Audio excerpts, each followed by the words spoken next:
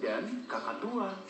Mereka setiap hari terbang bersama-sama, hinggap di dahan, dan bermain bersama-sama. Sepanjang hari mereka akan meluangkan waktu bersama-sama.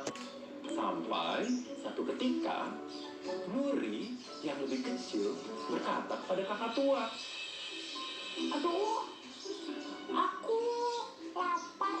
Kita cari makan yuk. kata Nuri kepada kakak tua. Kakak tua kemudian menjawab, Wah, iya, boleh. Yuk, kita makan apa ya? Bagaimana kalau kita cari buah-buahan? Aku mau yang warna merah. Wah, aku mau yang warna kuning.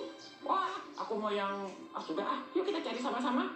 tapi tiba-tiba kakak tua mendapatkan satu ide. Tunggu sebentar. Aku punya ide. Bagaimana kalau kita makan sagu? Nuri tidak pernah mendengar itu. Sagu? Apa itu?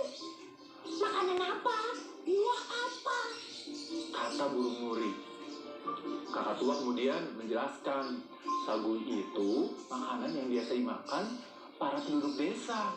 Dia ada di dalam batang pohon sagu. Burung kakak tua pernah melihat para penduduk mengambil sagu. Jadi dahan-dahannya itu dipotong, kemudian batangnya dipecahkan, sagunya baru bisa diambil. Nanti baru bisa dimakan. Itu sih kata burung kakak tua secara sederhana. Nuri penasaran. Wah, aku belum pernah. Yuk. Coba yuk. Tapi nanti ajarin aku ya. Kata burung Nuri kepada burung kakak tua. Kemudian mereka mulai terbang ke arah desa tempat para penduduk biasa mencari sagu. Mereka mengikuti beberapa orang, berjalan dan sampai di sebuah hutan di mana ada pohon sagu. Mereka memperhatikan pohon-pohon itu ditebang, kemudian dipecahkan dan diambil sagunya dari dalam pohon. Kakak tua berkata kepada Nuri, Nah, seperti itu. Ayo, kita coba potong beberapa dahan, kemudian kita buka dahannya, dan kita ambil sagu-sagunya. mereka berdua terbang mencari pohon sagu yang bisa mereka patuk-patuk dengan paruh mereka hingga ada dahan yang bisa mereka ambil. Nah, kira-kira berhasil tidak ya? Ternyata pohon sagu itu kulitnya cukup tebal. Mereka sudah menemukan di satu pohon. Mereka patuk dengan paruh mereka. Burung Nuri dari satu sisi dan burung kakak tua dari satu sisi yang lain. Tapi sulit sekali. Aduh, ini susah sekali. Aku sampai sakit paruhnya. Coba lagi, Kata burung kakak tua. jangan menyerah. Kamu pasti bisa. Lebih kuat lagi.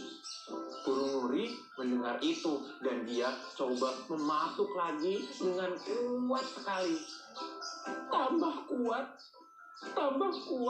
Ya lama-lama tambah sakit. Tapi tidak lama kemudian, dahannya berhasil dipatahkan dan jatuh ke tanah. Burung Nuri dan burung kakak tua senang sekali.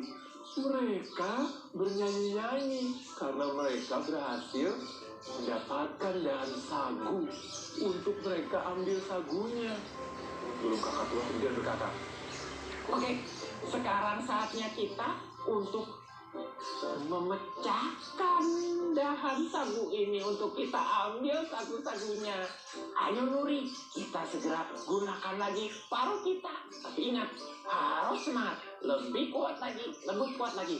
Kalau tidak, nanti kita tidak makan. Mereka berdua kemudian hinggap di tanah di dekat dahan sagu itu. Burung Nuri mau mematuk, tapi dia ragu-ragu. Nanti takut tambah sakit. Nah, kira-kira apa yang akan dilakukan ya? Kita tunggu kelanjutan ceritanya sebentar lagi.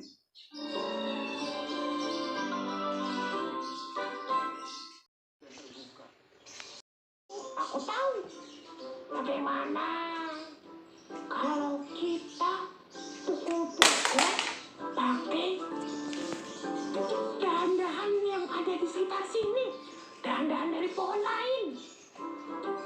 Burung kakak tua mendengar itu dan berpikir mungkin itu bisa dilakukan. Boleh. Itu ide yang bagus. Ayo kita lakukan.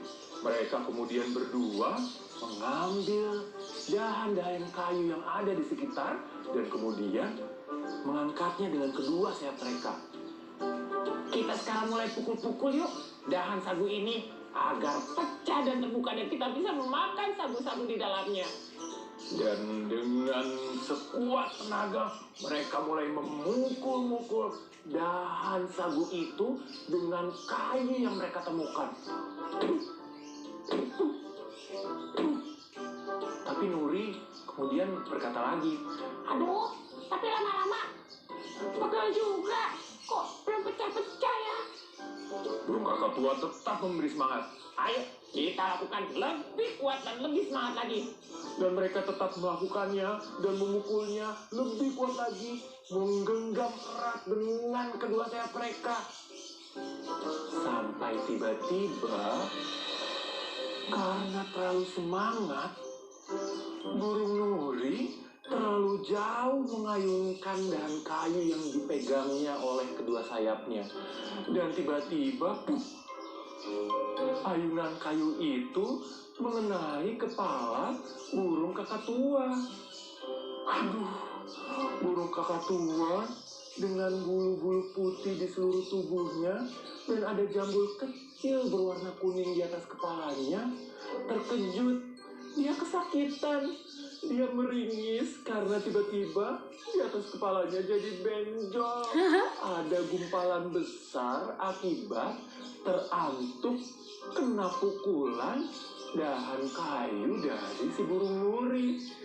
Aduh, aku pusing, kepalaku sakit. Dan semenjak saat itu, ternyata burung kakak tua memiliki benjolan di kepalanya. Dan jambul-jambulnya yang berwarna kuning itu semakin lama tumbuh semakin besar. Hingga sekarang itu menjadi ciri khas dari burung kakak tua.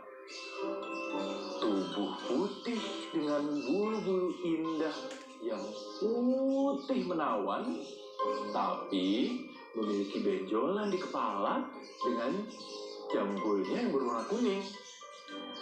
Tapi meskipun ada perubahan yang terjadi pada kakak tua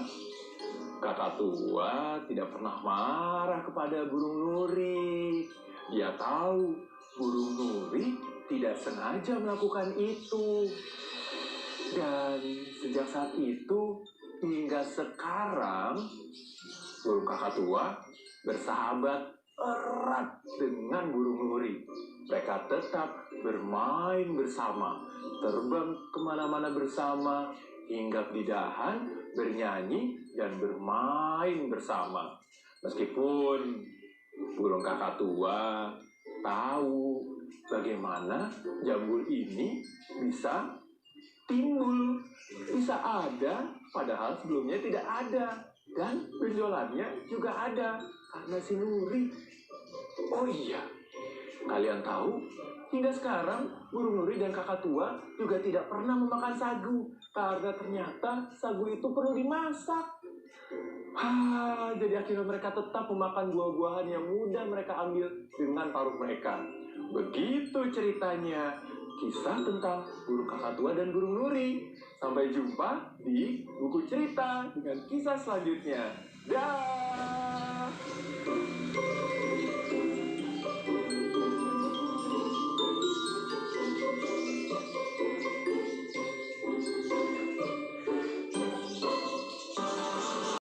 Nah, adik-adik, bagaimana? Menarik bukan? Tentu kalian bisa mendongeng. Mau tahu tipsnya? Coba perhatikan langkah-langkah berikut ini. Selamat mencoba. Sampai jumpa di pelajaran atau tips berikutnya. See ya.